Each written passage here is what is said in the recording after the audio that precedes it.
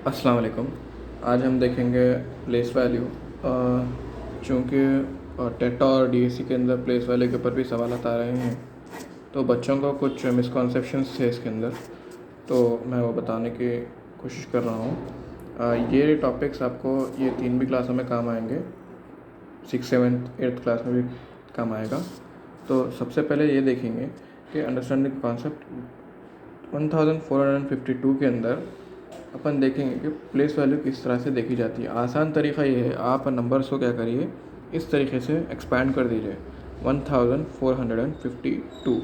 तो आप उसके बाद देखेंगे कि या 1 को 1000 से मल्टीप्लाई करते हैं, और 4 को 100 से, 5 को 10 से, और 2 को 1 से। तो आप यहाँ देखेंगे कि 2 की प्लेस क्या हो रही है, 2 की प्लेस वैल्यू क्या है 1 से, और 5 की क्या है 10 है, 4 की क्या है 100 है, और 1 की क्या है 1000 है। तो इस तरह से आप बआसानी प्लेस वैल्यू निकाल सकते हैं किसी भी नंबर की दिए गए आदाद के अंदर।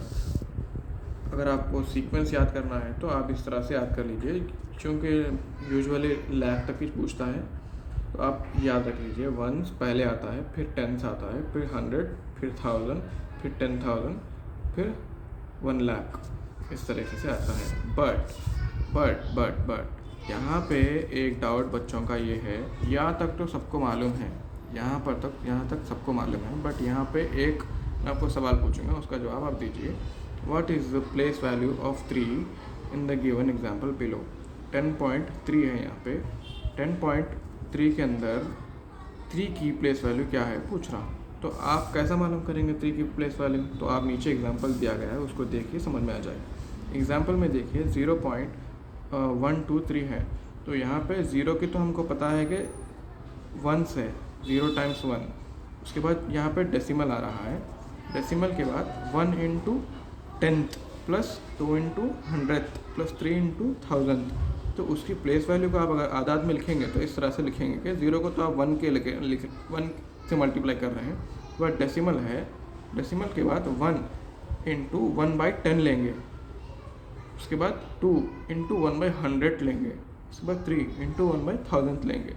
तो इसको यूजुअली बच्चे क्या बोलते हैं, ऐसा करते हैं कि यहाँ पे 1s, 10s, 100 इस तरह से हम इधर जाते हैं, लेकिन इधर जाने का क्या है वो बच्चों को पता नहीं होता, जिसकी वजह से एग्ज़ाम में एक सवाल आया था कि टेट के अंदर, जिसके अंदर 3 के प्लेस वैल्यूज़ को जमा करके या तफरीक करके कुछ सवाल पूछा था।